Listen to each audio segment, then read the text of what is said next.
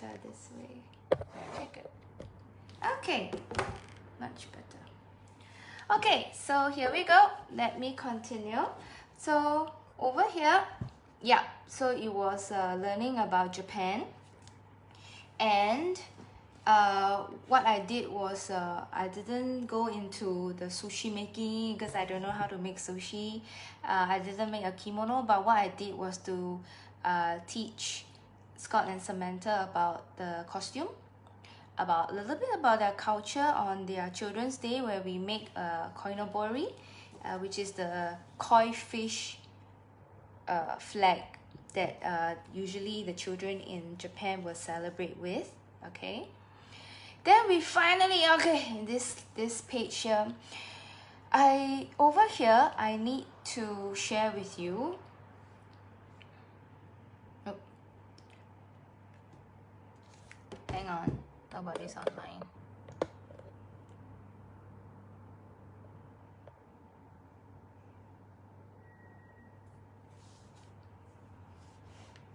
Hi. Okay, great. So over here, I want to share with you what exactly is cognitive development. I understand that to have a well-adjusted child, he or she must be well-adjusted in 3 areas. First will be physical, whether he has enough nutrients in his diet, he is not hurt physically, he's growing well. The other aspect would be psychological, and to see whether he was abused, or was he in a poor, badly shaped family, whether he was frequently being beaten up. So that's psychologically whether he's healthy. Another aspect of the well-adjusted child will be cognitively. So this is the triangle relationship for a well-adjusted child. Okay, I can see that some more of my friends have joined me. So let me repeat. What I understand from a psychologist would be to have a well-adjusted child. He or she must be well-adjusted in these 3 areas. The first will be physical. So whether he has a good diet, or he was mistreated, always beaten up, there's blood everywhere, abused. The second will be psychological. Okay, he must grow up in a family with lots of love, where his voice is always heard. And the last one will be cognitively. So cognitive development actually means the growth of the mind and intelligence as he grows physically. So when he's 3 years old, he is expected to reach a certain kind of cognitive development already. If he's 3 or 4 and you realize that he is not able to do certain things yet, thanks Amelia, thanks for joining. Yeah, you're clearer right now with the phone. Okay, next time I just use phone. Thank you so much for joining me. Yeah, next time I'll just use the phone rather than the computer. Okay, thanks Amelia. Okay, so let me continue. So where were we? Yeah, okay, so cognitive development. So he or she is expected to hit certain milestones. In medical field you call it milestones. Otherwise they might be delayed in certain cognitive development certain areas. So they could be showing signs that they might be special needs. Okay, but we'll go to that some other time. So that's cognitive development. Okay, so there are a lot of child psychologists in the field, and when I studied, I was studying more on Jean Piaget. Oh, keep hanging. Oh, okay, hope your computer's okay or your phone's okay, because it looks okay on my side. Thanks Amelia, hope it's no longer hanging. Okay, so back to Jean Piaget. So he's one of the renowned child psychologists that most child psychology students do study. So his theory would be broken up into 4 parts. Okay, he believed that a child goes through 4 stages of cognitive development. The first stage is called the sensory motor stage. Sensory and motor together stage. In this stage, the child is usually between 0 months to 3 years old. So the first 3 years of the child's life, he or she will be going through the sensory motor stage of his cognitive development. So the reason it's called sensory and motor is because the child, of course, he won't be able to speak very well, especially in the infant years, can't speak at all. So whatever input he or she takes in will be through the senses. So all the senses are very heightened, okay, and he's always on alert. There's something bright at the corner, he will turn his eyes and take a look, but of course not very well, couldn't focus very well. After all, he spent 9 months or 10 months in your tummy. So when he first come to this world, thank you, Amelia. When he first come to this world, everything is in a blur. Okay, he's still having time. He still needs time to adjust. So that would be mainly his visual development, auditory. He will do a lot of sucking. Okay, that's when he will like to have pacifier and all that to calm him down. And of course, the hands will come later. Okay, so sensory motor stage is divided into 2 sub-stages.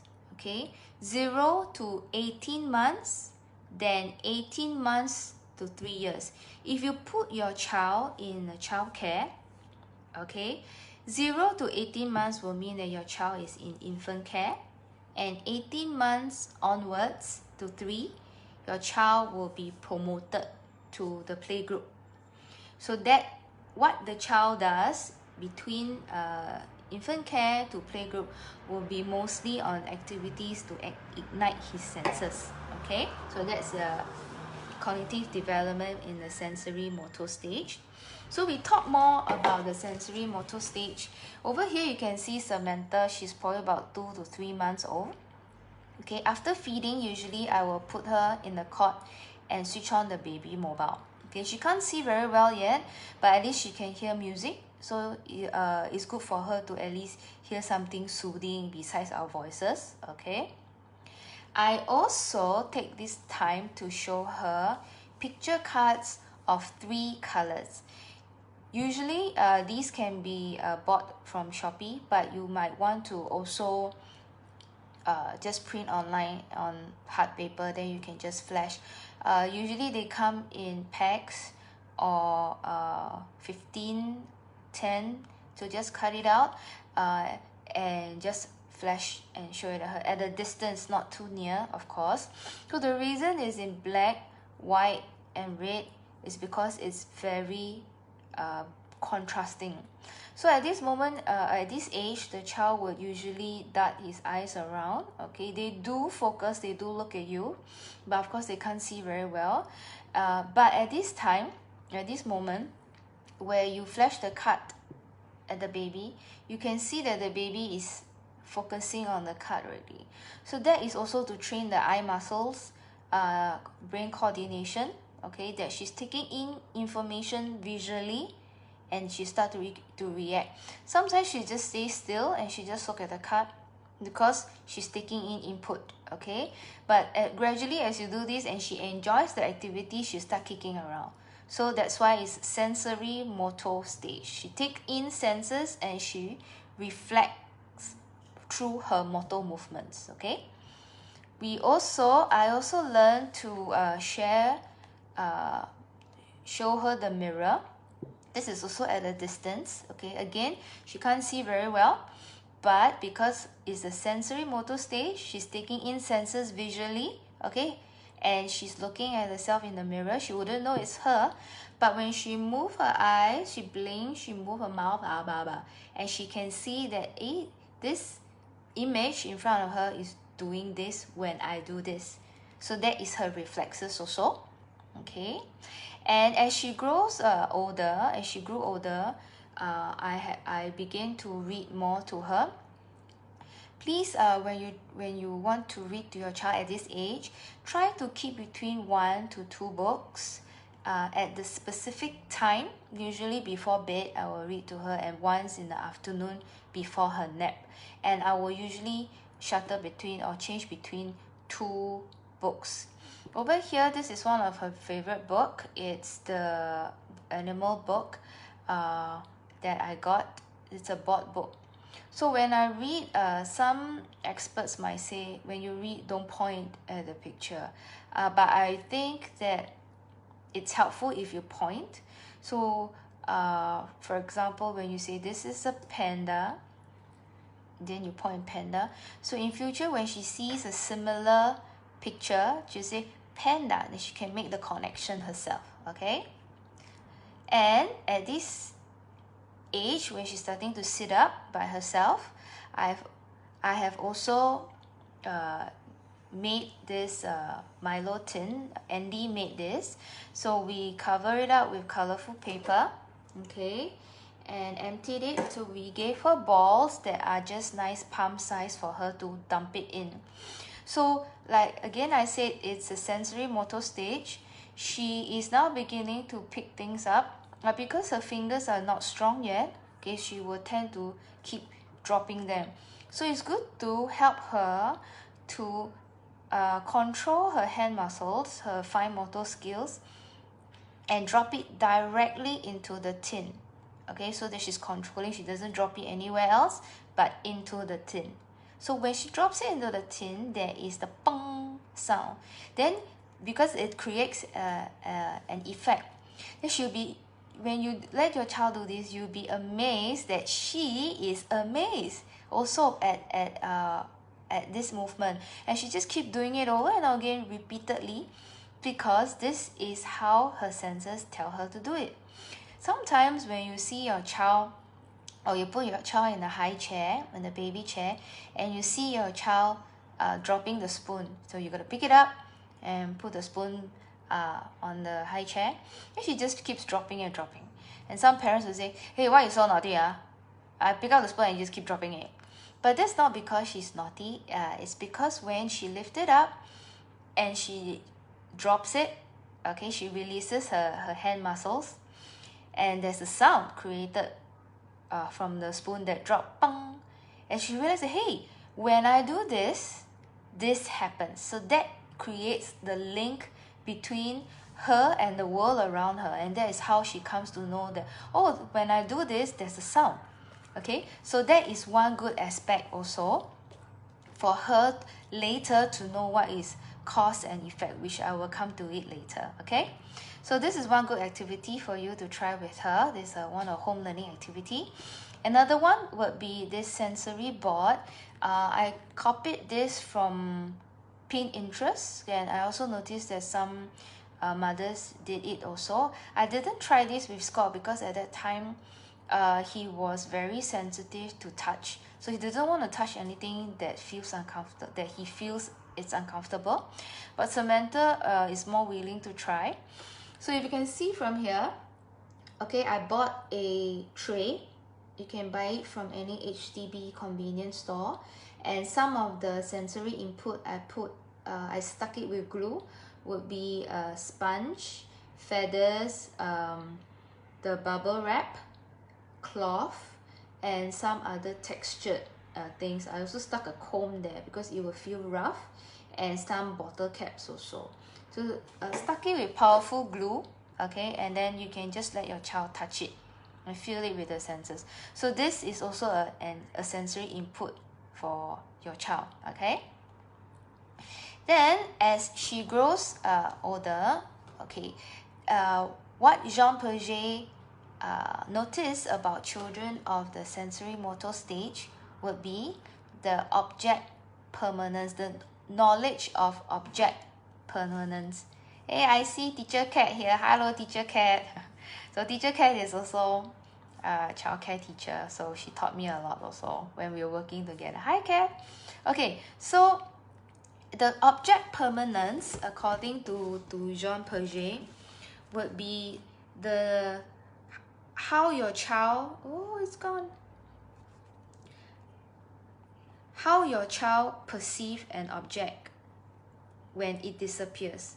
So he or she, so sometimes you will notice that if you leave the room and your child cries, because he or she wouldn't know that you will still come back. So you still exist. To them, it will feel like the moment you are not within their vision, you cease to exist already. So that's when they will start to cry. So object permanence is something that's very important for them to finally understand that let's say if daddy dresses and goes to work, he will still come back. It doesn't mean that he doesn't exist anymore, he's no longer around, okay? Or when mommy walks away and goes to the kitchen, she will come back, she's still there. And this is a very important concept for children of sensory motor stage to know, because they will then understand their world better, okay? They learn to manage their expectations, okay? That when something is no longer there, they can wait. When they sit at a high chair and they are waiting for food, they know that the food will come. Okay, so it's object permanence. Okay, I lost the page.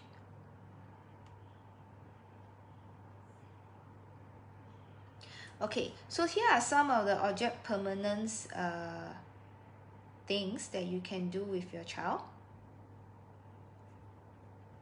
Okay, here you go.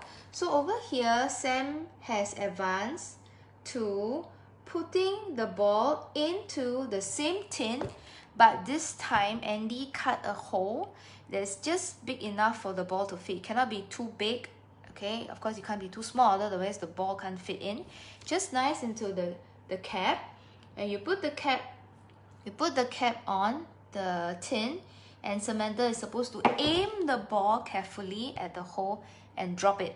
Okay, the moment she drop it, or the first few times she does it, if your child does it, you might realize that she will start to pick in that, hey, in the past when I drop it in, there's the tong sound, but I can see it. But this time with this cover, I am doing the same thing with the cover. The only difference is with the cover, but I can no longer see the ball. Okay, so she starts to do it, see and pick in, then she take another ball and put it in, and she repeats the whole thing. That is her own set of learning to understand what is object permanence. So after that, what we did was we opened the cover and showed her, there you go, all the balls are inside. And this is a very, very good activity, and if your child is really interested, you will keep doing it over and over again. Okay, so after she's done this, okay, we advance more to the different kind of object permanence. If you don't like to, or you are not comfortable DIYing your object permanence activity, you can just go to Shopee and type in object permanence toys, and all the Montessori toys will come out. In fact, object permanence toys are more Montessori teaching, okay, but we can bring the Montessori teaching to home too. So this is what I've created.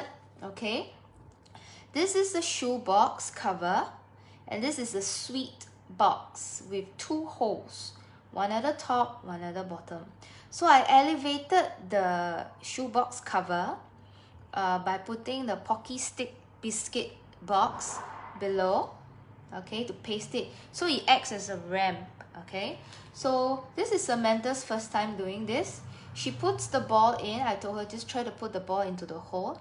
She put it in, but this time, unlike this one and the old activity, the ball didn't stay in this small box. In fact, it rolled down.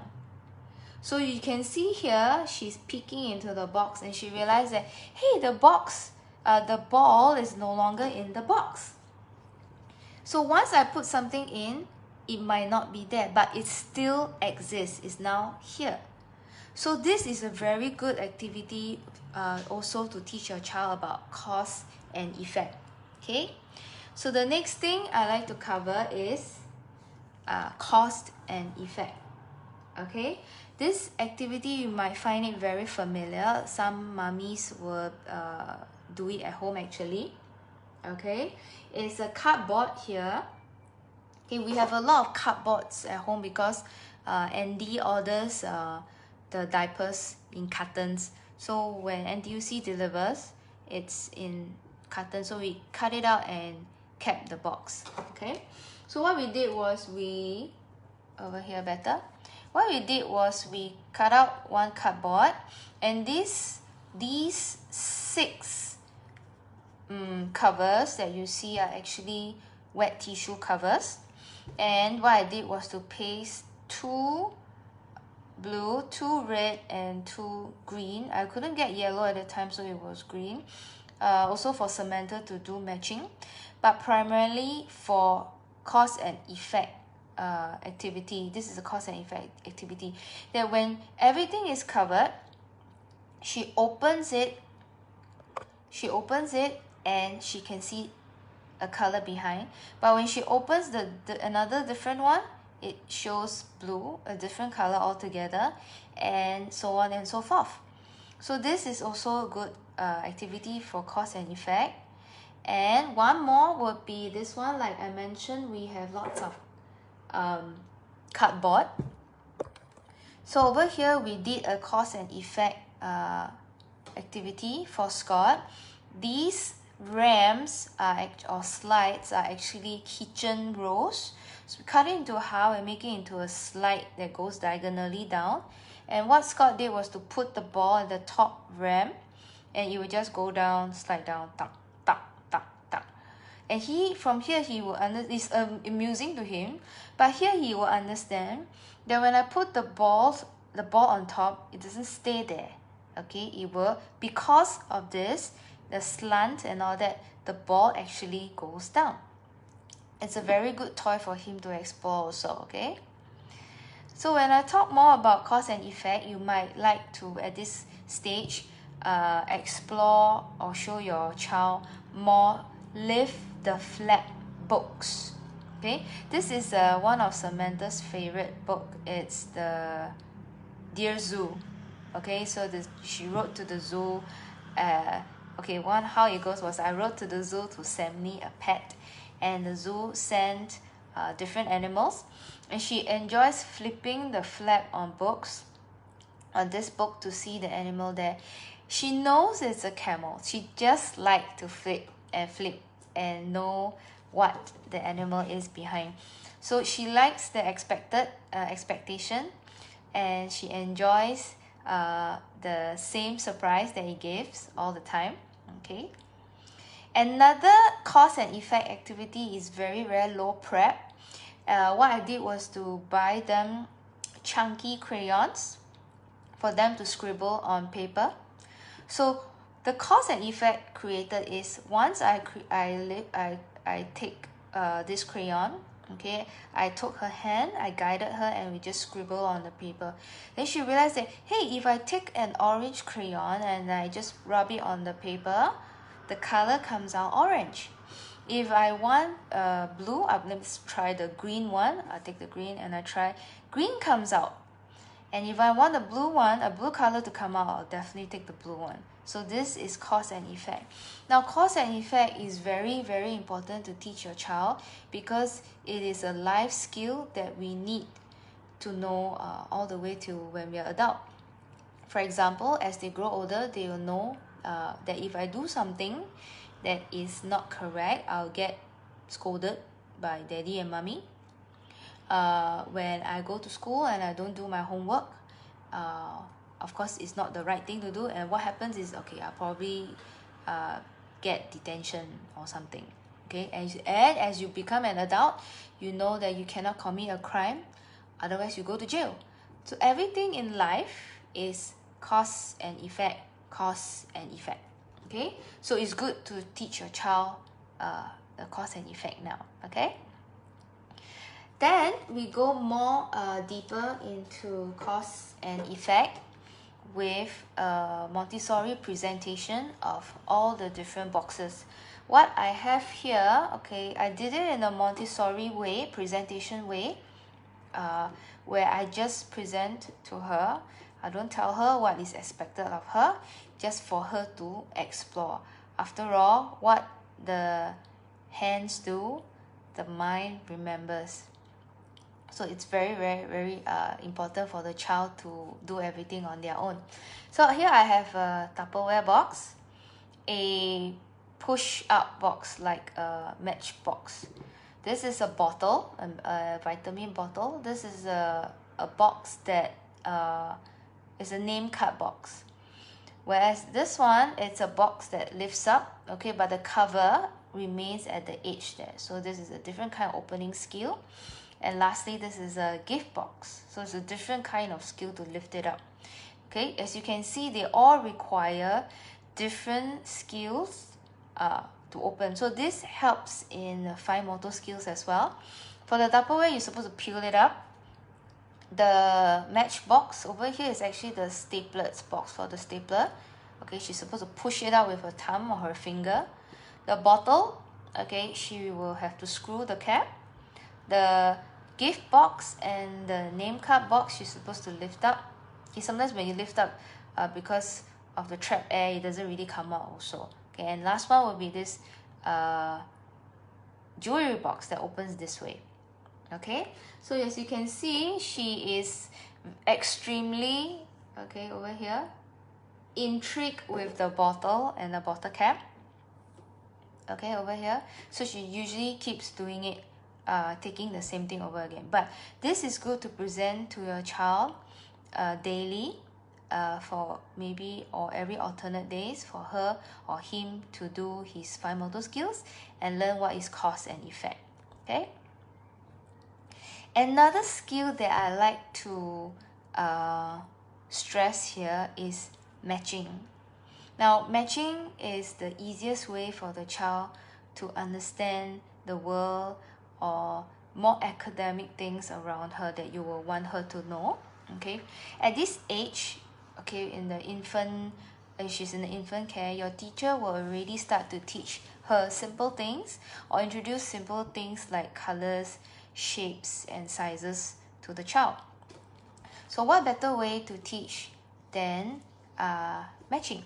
So one of the book that I used to teach Sam colors would be Brown Bear, What Do You See by Eric Carle. Okay, so this is the best book to me to teach about colors, because it not only introduces colors but animals as well.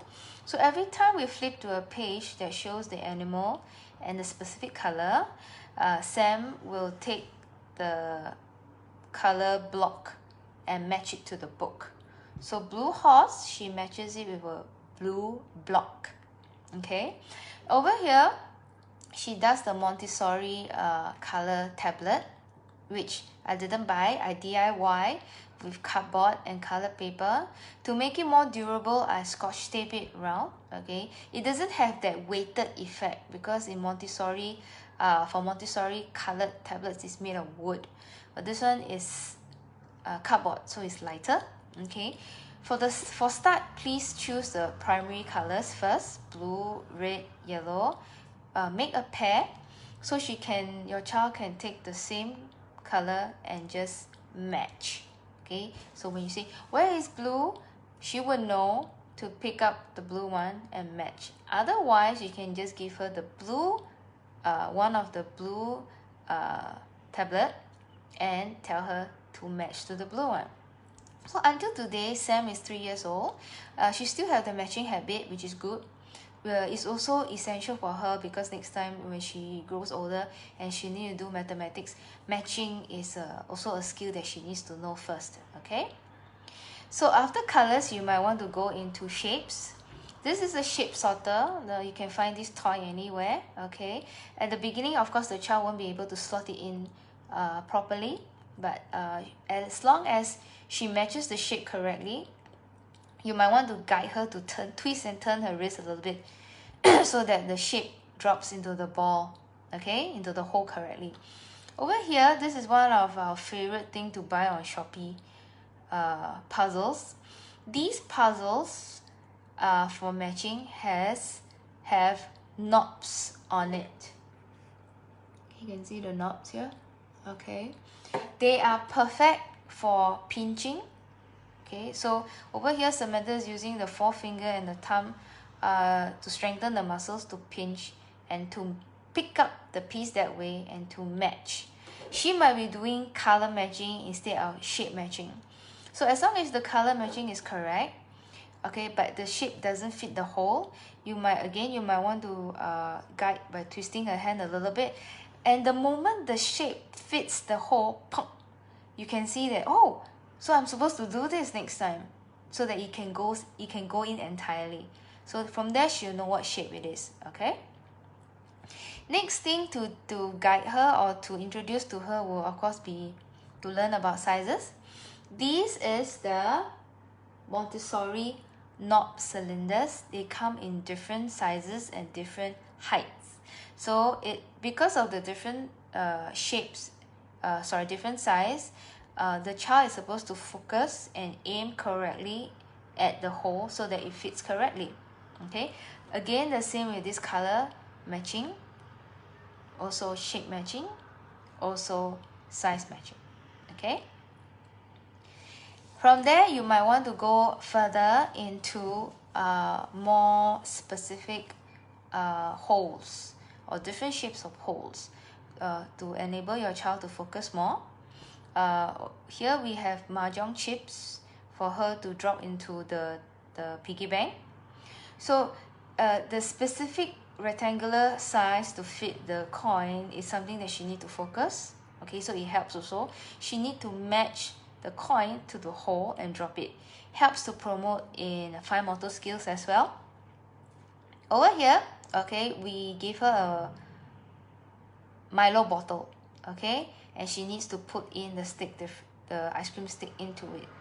Okay, and this time she realized that she needs to aim it from one end of the stick to the other end. So this is a different kind of skill also for matching.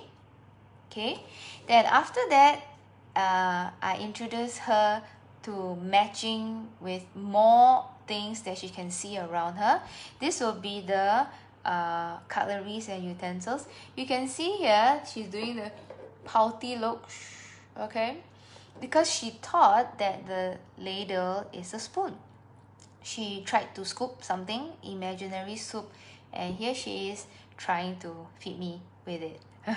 Okay, so of course I'll tell her that this is not for drinking, it's for scooping instead. So I have picture cards here, and these are some of the toys that I'll teach her to match. Also match with some of the clothes that she already knows, like jacket, singlet and all that. So here she's matching. She doesn't know what a belt was before this. Okay, so this is to teach her. And finally, the last but not least, of course, we have to introduce animals to our children. Instead of pointing to the book and say, elephant, flip, horse, flip, dog, flip. Why not buy some animal figurines? And I try to get books that show realistic pictures of animals instead of cartoon at this age. I couldn't get any that are in the correct angle that I was looking for. So what I did was I googled and I print out the pictures. I pasted them on scrapbooks. Okay, then over here Scott is matching elephant to the elephant picture. Great. So today I covered the sensory motor stage part 1, that's 0 to 18 months. In the child care, your child will be in the infant care. Okay, and these are some of the activities that I hope you find them useful to do with your child. In this stage, they learn a lot. The sensory input is very heightened. So some of the things that they actually need to know will be object permanence, and they need to also, it's good that they know cause and effect. And because of this too, it's a good time to teach them matching so that learning can be more hands-on and it has more sensory input. Okay, thank you for joining me today. Tomorrow I'll be on Instagram, and my Instagram handle is all about Scott and STEM. All about Scott and STEM. So do join me on my IG tomorrow. Otherwise, I can see you next week for the part 2 of the sensory motor stage.